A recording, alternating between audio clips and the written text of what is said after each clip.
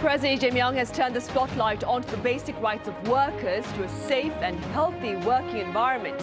With more in Press Perspective today.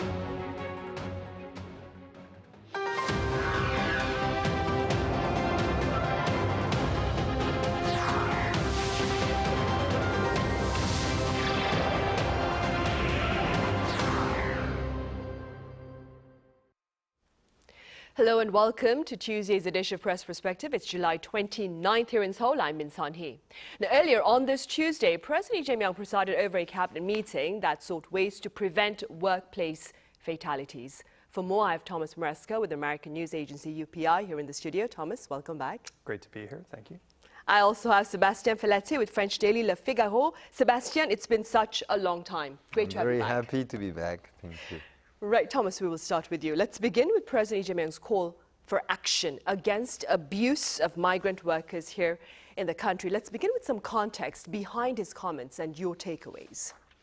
Right, well, I think you're referring to Lee Jae Myung was reacting to a video that went viral last week that showed a Sri Lankan worker who was at a brick factory in South Jeolla province. Naju is the name of the town.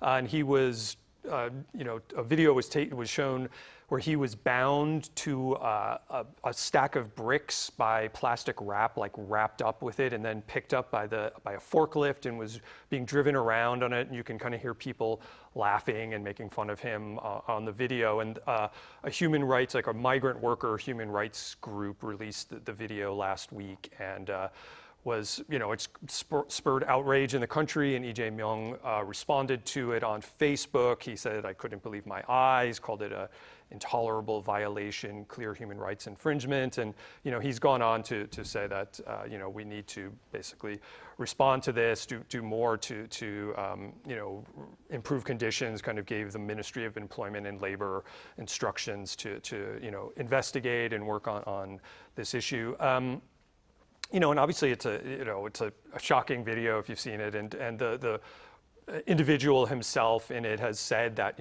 I think he kept it, didn't advertise it or didn't talk about it for a while, but he said it's kind of stuck with him over the weeks and months since it happened, and has made it's just difficult for him to go to work, and he's felt humiliated and bad. And I think it just, reflects an issue that has been around for a long time of the conditions that migrant laborers face in Korea. But, it's kind of been, it's so often it's a kind of out of sight, out of mind issue. Stories flare up. I mean, there was a big one in 2021 about a migrant Cambodian worker who died, froze to death in a farm, and basically had been sleeping in a greenhouse, and that kind of highlighted the issues of the working conditions for migrant workers. But, I feel like these stories pop up and then they kind of go back under the rug a little bit.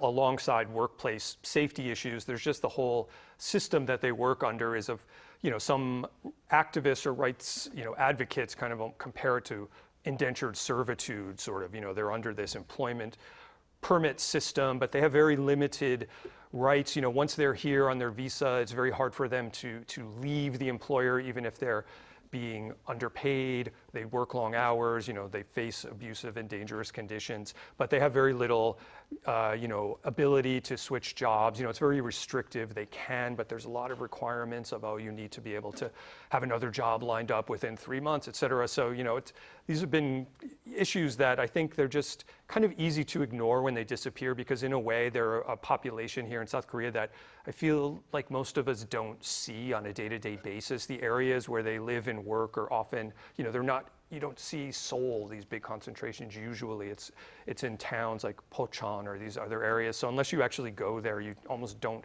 know that there are this many workers here. So it's a question that this has obviously raised the issue, and it sort of folds into a little bit of what else we're going to talk about as far as workplace safety stuff. So maybe this will become something that Lee Jae Myung will talk more about, and the administration will try to address more. But yeah, it's been a serious issue for quite a long time. Right. And before we delve further into the situation here in the country, Sebastien, for some comparison, that is, efforts to ensure the protection of migrant workers, they extend beyond national borders. I hear a French court recently ruled in favor of migrant workers in the champagne industry. Could you tell Yes, us the a bit about luxurious that? champagne industry is using a lot of illegal workers, like a lot of the farmers in France, in Europe, but also like the food and beverage industry, like restaurants, hospitality. I mean, basically, this case you're referring to a couple of days ago, a French court condemned to jail 3 ringleader of basically it's a human trafficking ring in a way where they were bringing workers from many countries like Ukraine, but also from Africa, to work in the vineyard, especially during the harvest season, which is which require a lot of labor. You have to pick all the grapes. It's something that traditionally people were doing in France for centuries. At that moment, you need a lot of people, and these days, most of these vineyards or farms can't find the people in France or in their home country, so they're going further beyond, and a lot of them are actually on an illegal case, and these basically the court ruling said they were mistreated, they were not recognized any rights. I mean, some of the complainants said they were treated like slave. But this issue illustrates a very general practice. I think in France or in Europe, a lot of, like, for example, construction companies there's a lot of hypocrisy because they are using these kind of illegal network to get cheap labor. Because this is the other side of the coin, is that, you know, in France or in Europe, there's a very generous social benefit. So if you want to hire someone as a company, it costs you a lot of money. So for this company, it has a lot of advantage to hire this illegal worker because of first they don't find locally the people to do that, but also it's cheaper, and you can basically impose on them very long hours. So these cases are highlighting these widespread practices. But it's also coming in a very heated political discussion where immigration is taking center stage in France, all across Europe, like in the US.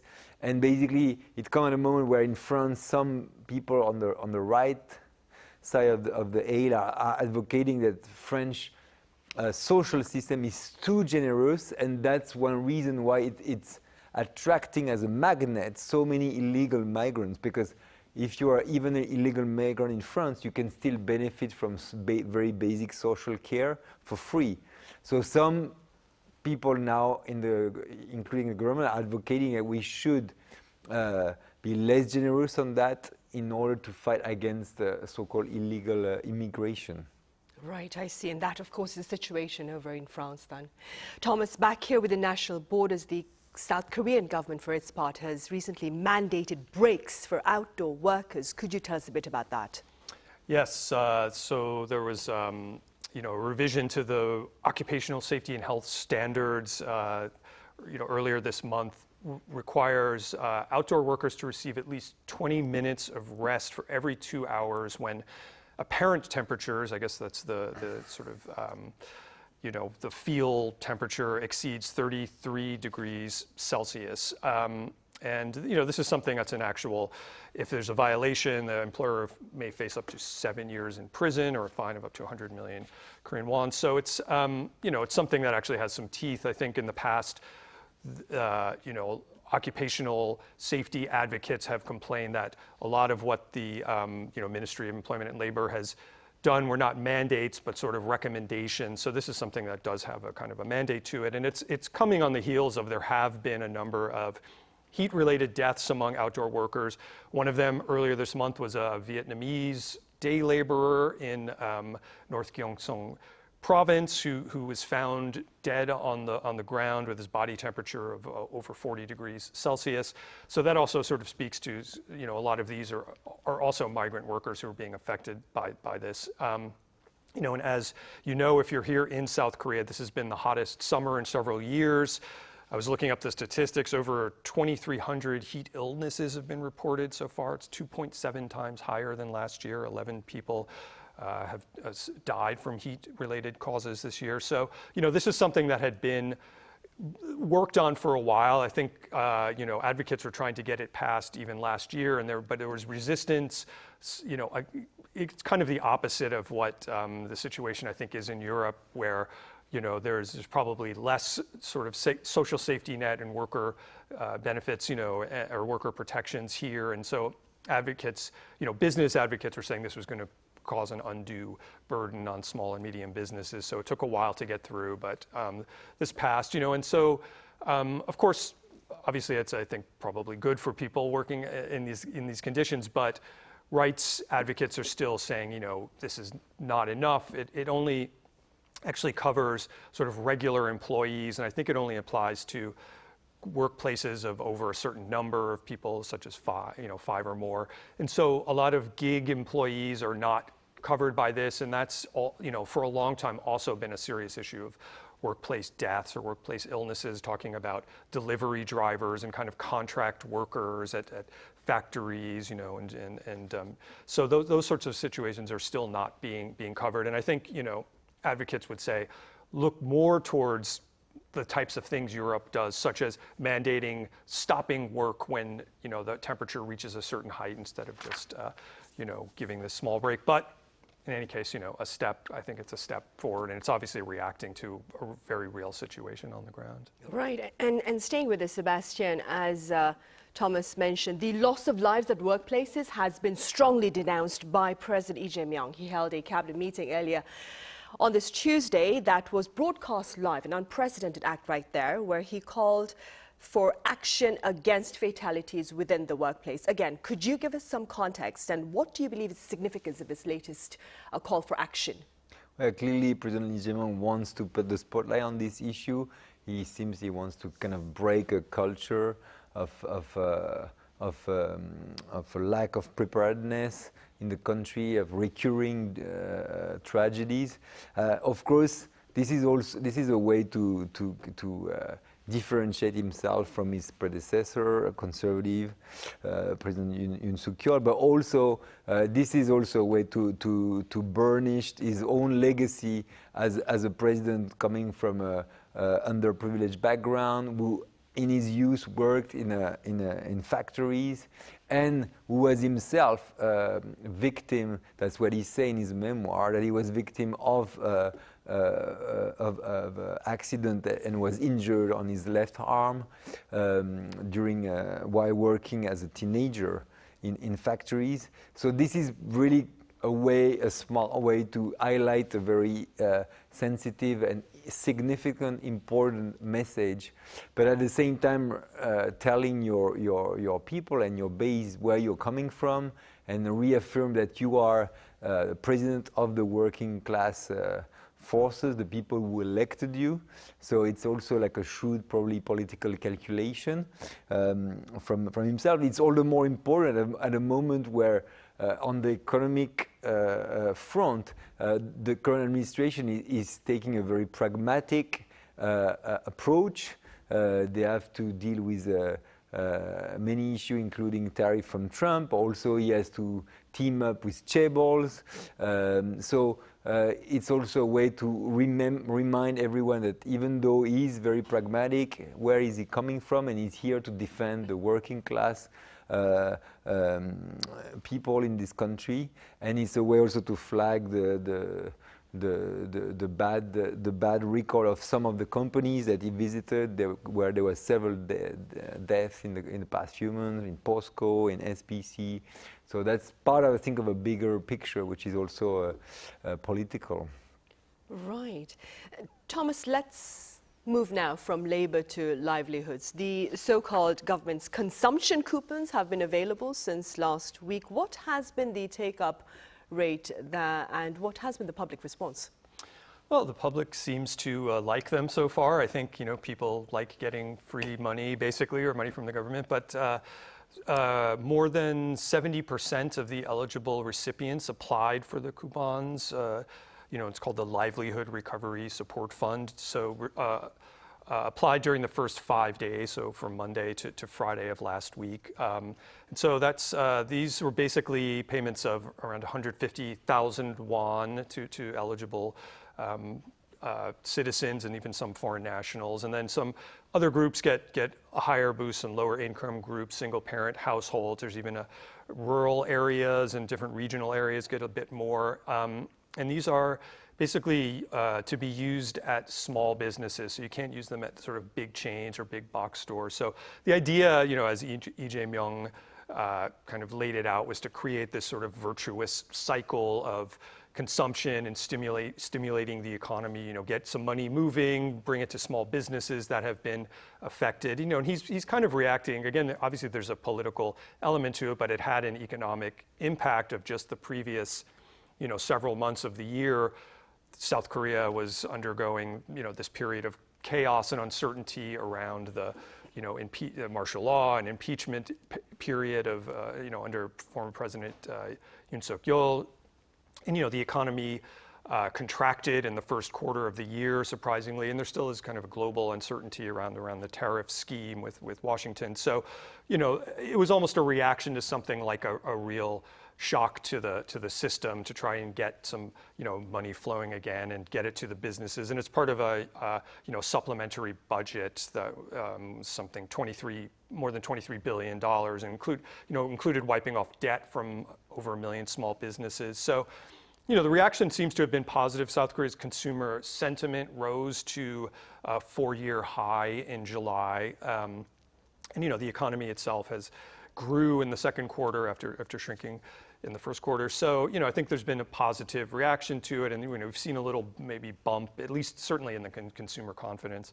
The concerns are, of course, that it could just be a one-off thing. It's a short-lived impact. There's obviously you do have to pay for this somewhere, and there have been some criticisms that there was excessive administrative costs in just rolling this whole system out.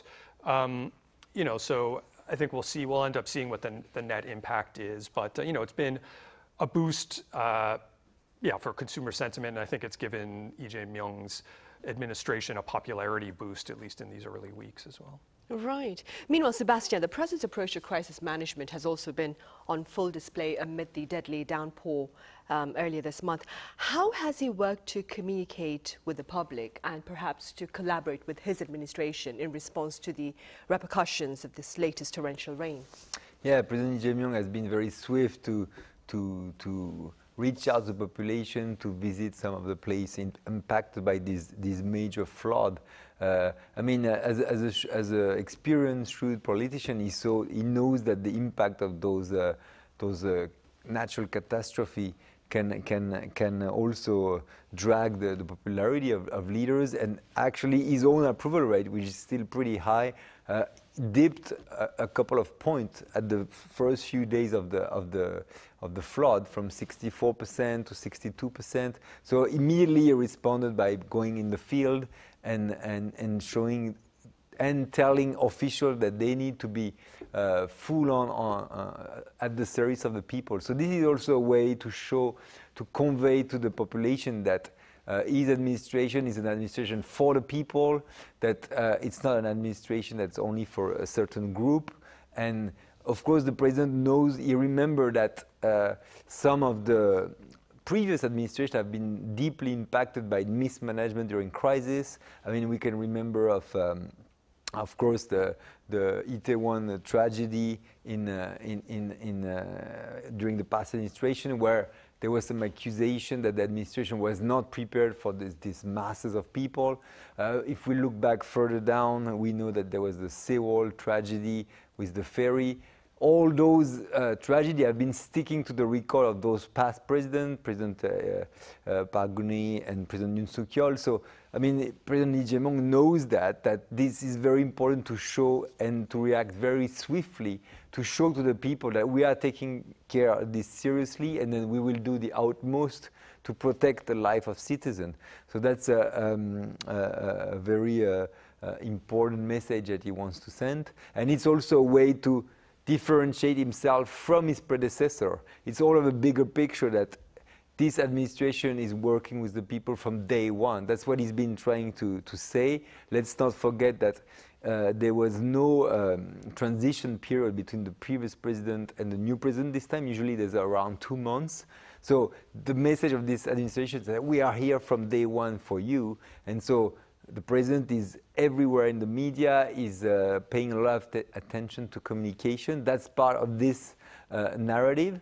And if we look at approval rate, it's so far working. We are in a kind of honeymoon period for president, still pretty high in the 60s, basically around that time. So it's pretty good. It's better than his predecessor, but still it's below what for President Moon Jae-in, or even President Lee Myung back were enjoying at the very same moment after roughly 2 months in office. So it tells where we are at the moment. There is a sense that this president is pragmatic, and so there is for now quite a broad consensus. But the question is how long this moment of unanimity is going to last. That's what we will see in the coming months. Right, we will. Thomas, very briefly speaking, in the political arena, 2 of the president's nominees will not be joining his cabinet. Could you tell us a bit about this? Right, I was going to say this is the other sort of speed bump so far in President Lee Jae Myung's administration. Lee Jin-suk, Education Minister, and Kang Sun-woo was the nominee for Minister of Gender Equality and Family.